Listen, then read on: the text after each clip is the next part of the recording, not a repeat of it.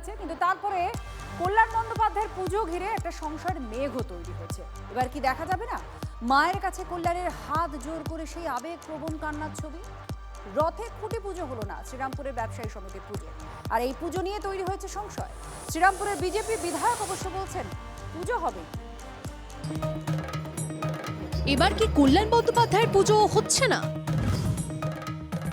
আর কি দেখা যাবে না মায়ের কাছে কল্যাণের হাত জোর করে আবেগপ্রবণ কান্নার ছবি?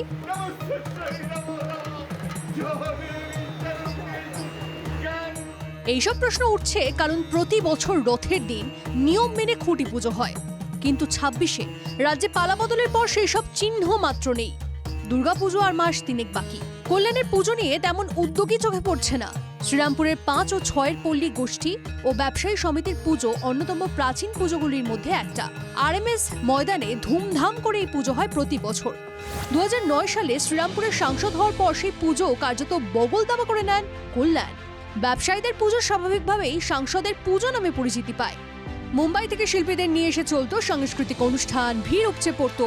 কয়েক লক্ষ টাকা বাজেটে মণ্ডপ সজ্জাও ছিল অন্যতম আকর্ষণ। পুজোর কদিন বসতো চাঁদের হাট।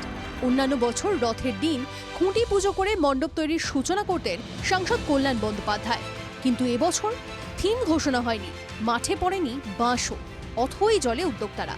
উনি বলছে রাজনীতির দল না, তাহলে এই বছর করছে না কেন? এবছর কি সবকিছু শেষ হয়ে গেল হঠাৎ?